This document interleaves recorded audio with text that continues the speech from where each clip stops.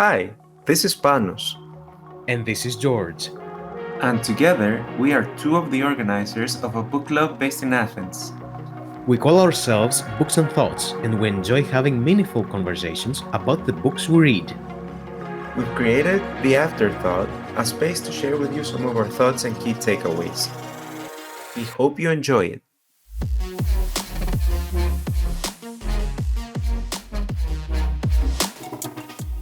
Hi, George. Hello, Panos. How are you?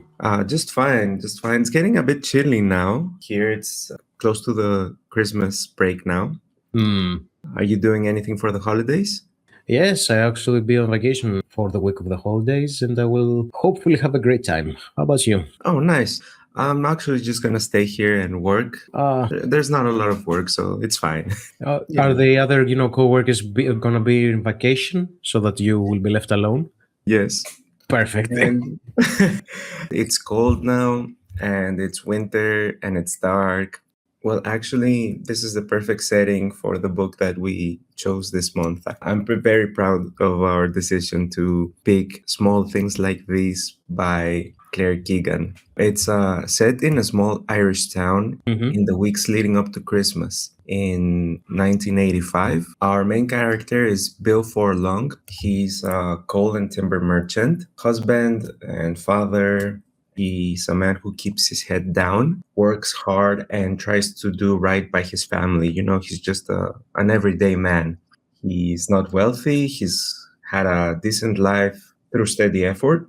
And he makes his rounds delivering coal. So he comes into contact with local people. He's asked to deliver coal to the local convent that's deeply woven into the community. There, almost by accident, he notices something that doesn't sit right with him, something that forces him to a moral crossroad. True, that's true. That it's a very unique situation that the protagonist is put in, and it makes the reader think on what would have done in their place. And it was also a subject that we talked a lot in the book club with a lot of members. More or less said that it would depend on the situation. Some would say that they would wish that they would have held the person and they would have acted against the norm, and others would say that probably they wouldn't. What about you, Panos?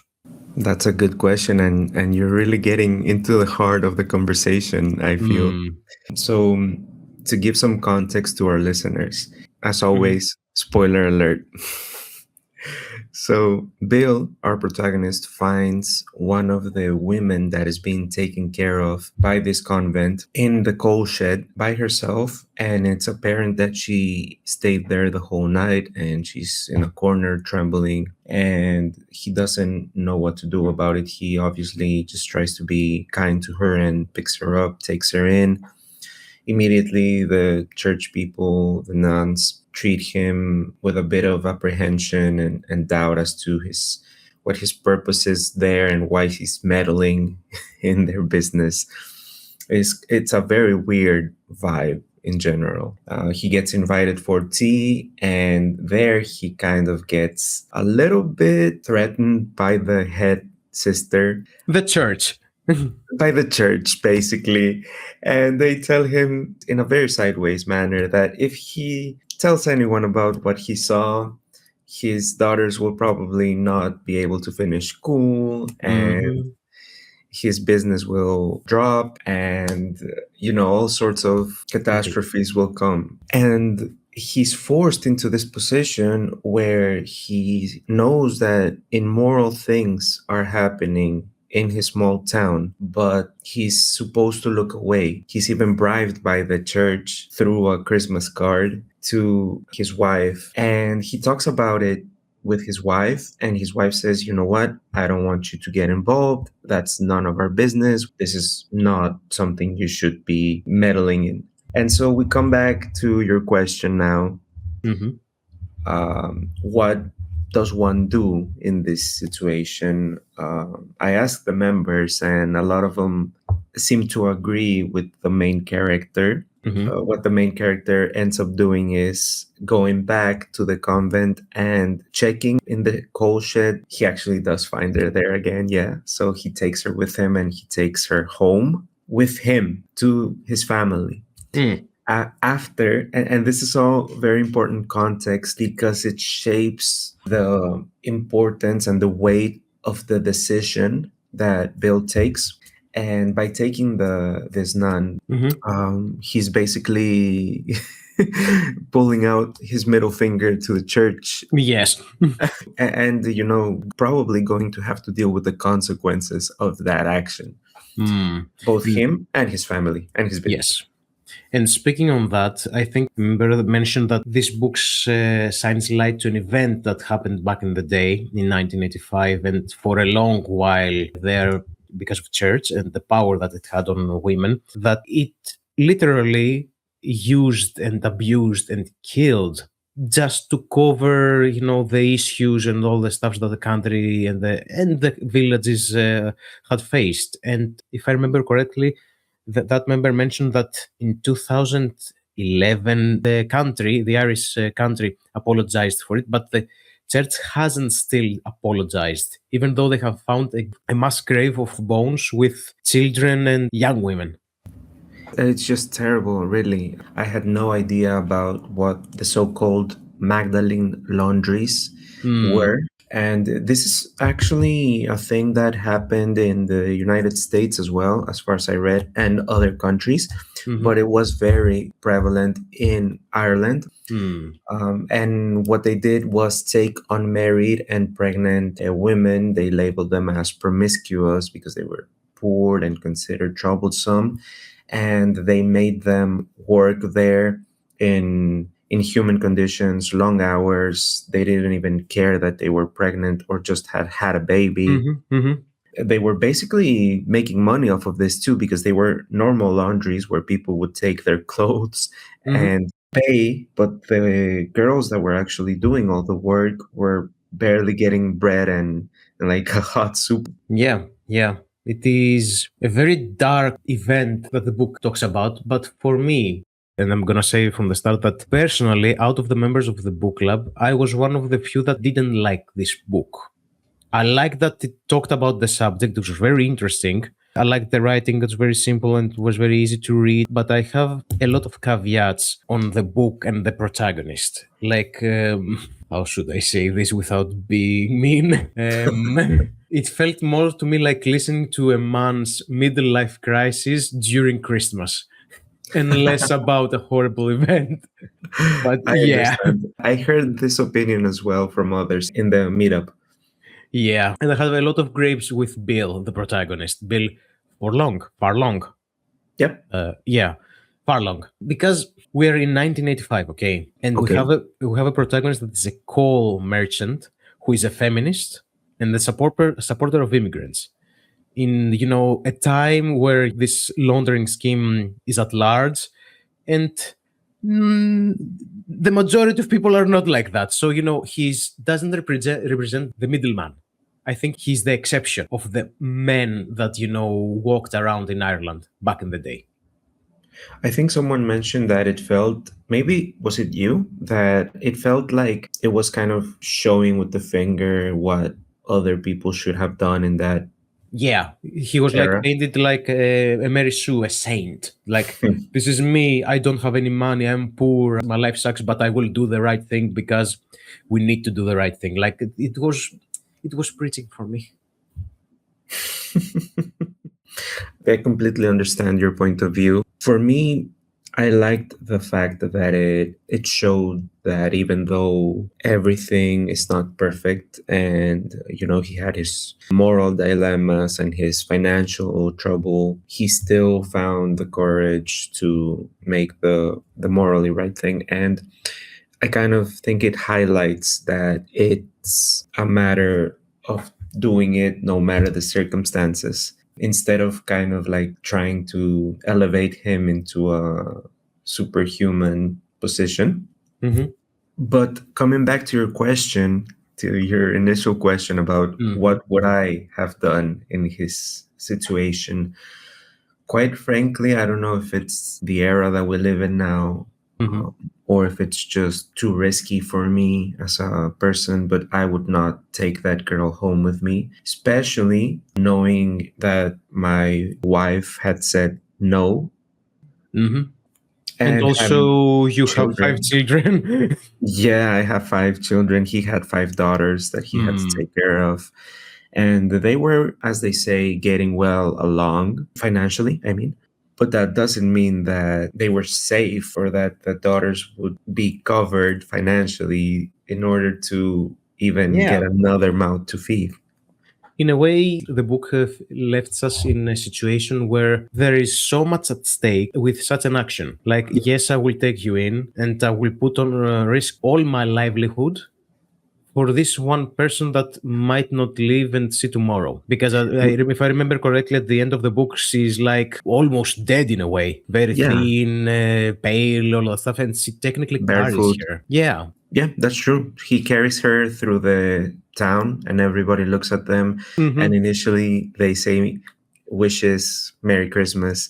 And then they notice that she has no shoes and she's in the Hmm. condition you just described. And they actually pull back and they start becoming suspicious of what Bill is doing with this young lady in this situation. I think that was a stark symbolism of how, morality is frowned upon, because he literally passes through all the stores and all the people, and everyone's Mm. frowning on them and saying in hushed voices, "You shouldn't be doing this. What is he doing there? Like taking this." Yes, and that's my gripe with this book. Like, why didn't you write more? Like, why didn't you write reactions of the people that we know from the action that Bill has done? Like, Like a follow up, right? Because this book exactly, is exactly. very small. It's only 100 Yes, pages. yes. And yes, you want to talk about a bad event that religious powers abused women and all that stuff. Show it. Show more of it. Like, if the member of the book club didn't talk about the subject, I wouldn't have known. Yeah. Like a regular person that picks up this book and starts reading and it says, "Oh, that's a sad story with a warm ending," and all of that, it will let it be. But if it talked more about the subject, like, this is real, guys, this is something that people went through, people died, people were tortured, were abused, it would have had more impact for me. Like, I would love a scene that Bill carries the girl, woman, the person to his home, and we see his wife's reaction, his daughter's reaction. Hell, even the church. Like, it would be cool for the church to, knock on his door and ask him, "What are you doing here?" You will have. Repercussions. Exactly.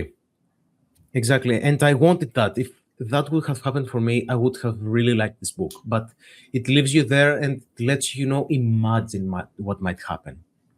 Yeah, the book ends with Bill entering his house with this woman, and we Yes. never know what happens next. Yeah. Am I right in imagining that you wouldn't take this woman with you as well? Returning the question to you. If I was in the same situation that Bill was, I would put my family forward. Yes, that's Yeah, very that's hard for me to understandable. say, but if I have, 5 children that I need to take care of, I need to make sure that they will have a future. Honestly, I'm gonna put that priority first for me. I will not risk their livelihood and their future on a kind action to a person that might already be dead in the moment that I stepped in my house. Yeah. I guess he was thinking about saving her, and so that kind of overshadowed everything else. Yes, I think the author of the book is trying to emphasize the action of Bill as the right thing that everybody should do. And yes, I agree. It is the right thing that everybody should have done, and many more lives would have been saved back then. But Bill is not the correct protagonist for such a thing.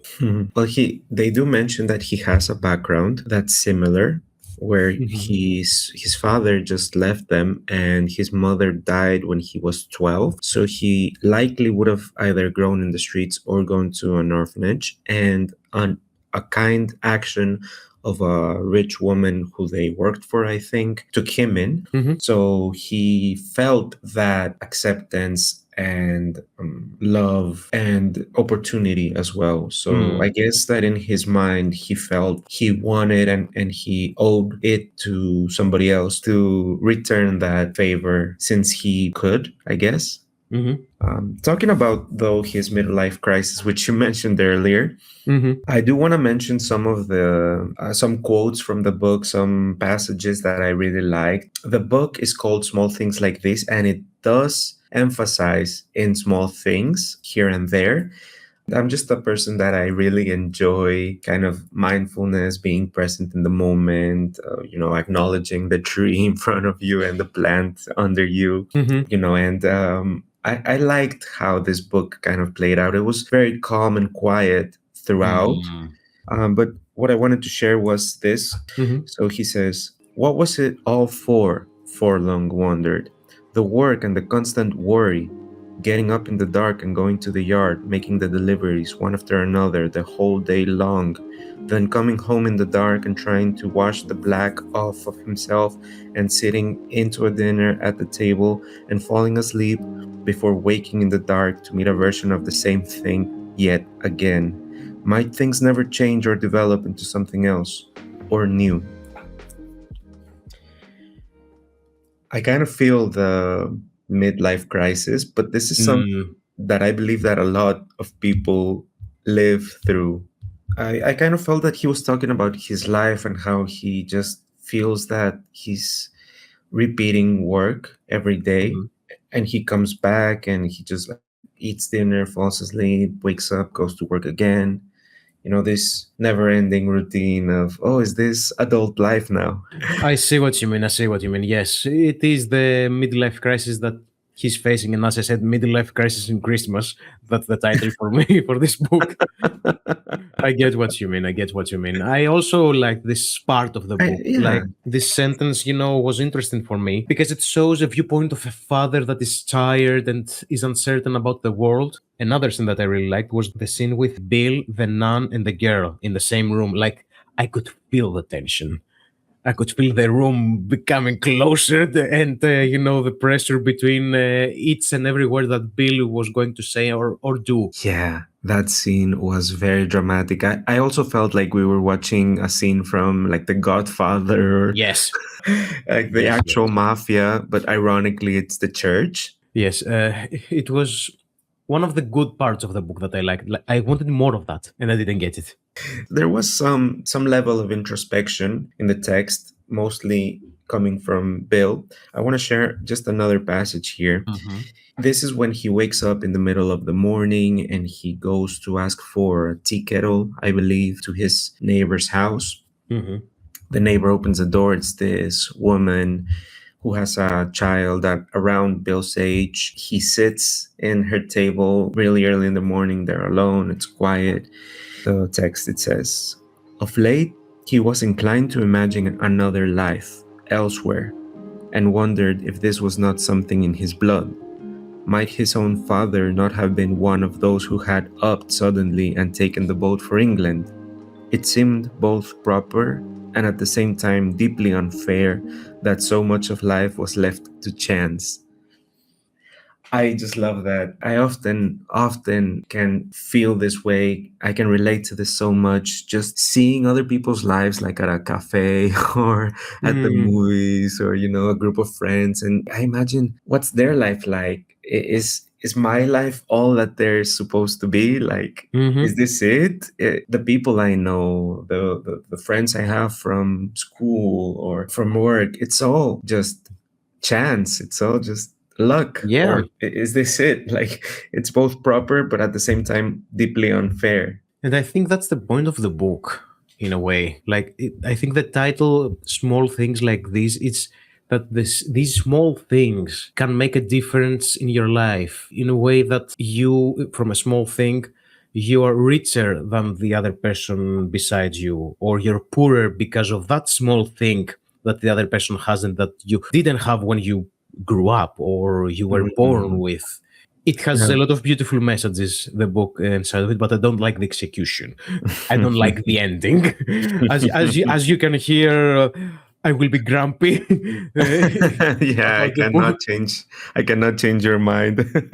Yeah, I mean, at least like 10 people tried to change my mind in the event that we talked about in the for the book, and I was like, no, no, it's midlife crisis. The end.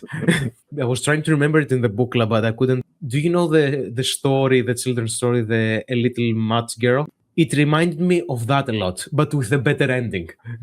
The Little Match Girl, it's a child story where a girl is very cold and she's outside and she's trying to sell matches in order to get some food and find some shelter of her own, but nobody buys her matches, and she starts to light matches in order to warm herself, and she imagines, or she technically gets transferred to another fantasy world till the match goes away, and then she lights another one and another one till technically she sleeps for eternity, since she's a children's book, but we all know she dies. Okay, wow. That is rough. Technically, if you think about it, it's more or less the same with this book. Yeah, I have beefs. I'm sorry. Yeah. I apologize. I'm not trying to, make light of the situation, the event that the people that went through all this is small. It's just, I have a beef with the author. They could have written it much more prominent and much more clear that this is happening. Focus on that. It would have been even more interesting to, have as a protagonist the girl, not Furlong. I don't know. Question. Yeah. Because I didn't manage to do that in the book club, and I want to ask you, since you were one of the members that liked this book, would you like this book more if Furlong was not poor but rich? I can't understand what would change. What would change is that if he was rich, he would have the ability to do something instead of someone that was poor and to have more risk. And also, since he would be rich in that time period, he would technically be one of the people that would use these women for their laundry and stuff like that. Correct? Correct. Furlong would have a high risk, or maybe a better character arc of deciding to help this person, because he would be privileged and he would fight someone that is not privileged and they would try to help them. Now we have two characters that are both not privileged and they're trying to help each other. But technically, the less privileged character makes the other more privileged character less privileged. Do you get what I'm saying? Yeah, I do. I hadn't thought about this, and it's actually a great question. I wouldn't say I would like it more. I do understand that the stakes would be higher, but I don't give the value to the book due to the moral decision of Furlong. Personally, I think it was reckless. For me, whether he's rich or poor, like the stakes at hand are irrelevant for my taste of the book. Okay. They also made a movie out of this. Yes. With Cillian. Have you seen it? I did see it for the book club with Cillian Murphy. I have to admit, I don't feel like Cillian Murphy was the correct cast. I'm sorry. Yeah. Have you seen the movie? I have not seen the movie. I have seen the trailers, and I was like, why him? Exactly. I was thinking of, okay, have you seen Peaky Blinders? Yes. Do you remember the Irish guy, Alfie, is played by Tom Hardy? Yes, it would have been much better choice for me. When I imagined the movie, I was thinking of Tom Hardy, with the beard, that look of concern, of like, how are we gonna make things work? While Cillian, for me, is just chill. I see him as a Peaky Blinder, like he's got everything under control, everything's good. His face makes you think that he's the smart guy, the one that's going to outsmart the other people, or he's one step ahead. Maybe because he plays a lot of roles like that. Here, he's technically the victim of society. Yeah, it does not suit him. But I understand why, because I think he does have a connection with Ireland. Yes. I think he is Irish. I think because Cillian Murphy's Irish, he got a lot of love, and the movie got a lot of love for his role. But for me, it's a no. So, yeah, 7.67, which is a good score for the book club. We had a lot of attendance too. I don't know if it was because they liked the book, but it was good to have around 18 people in the meeting. I agree. It was unique, to say the least. Yeah. An easy read, a short read, and an impactful one, I believe. When I came to, the event and I was going to give a score, I was thinking around 4 out of 10. But after that discussion, it went to a 6. The book club will do that to you. I think a lot of people changed their score. But overall, I think it was a good choice. It was really eye-opening. It gave me information about matters in the world that I didn't know about. And I would recommend this book to maybe someone that doesn't really read books, if she wants to, read something small, a light read, especially during Christmas. Maybe then. Other than that, I wouldn't recommend it, like in general, like, read this book anytime you want. How about you, Panos? I like that it was an easy read, as you said, that it was a Christmassy read, and that it had a lot of presence and mindfulness around the little actions, like noticing the children baking with the mother, noticing himself wash his hands, walking around town, noticing the doors, the snow. It was kind of like I could live this life with him. So I would recommend this to someone who is in the spirit for serious subjects. Do you have something else to say? I don't have anything else written on my side. Nope, I'm good. I hope everyone has great holidays. Merry Christmas, Happy New Year. We'll see you in the next year. Happy New Year, everyone. So, these were our afterthoughts. We would like to hear yours as well. Feel free to share them with us on our socials. You can find the links below. See you in the next one, everyone. Bye-bye. Bye! I would recommend this book to somebody who can read. For me, it's a no. I'm sorry. He's not passing the interview. He's not joining the cast. No, he's not joining the cast in my movie. What's the name of the movie? Big Things Like These. Yeah, that's right. And I'm gonna get Tom Hardy. Should I write one? I'm gonna name the character Bob Close Short instead of for long, and he will be a rich asshole. He will have a character and change his opinion. I wish you luck with that. I'm gonna write it out of spite.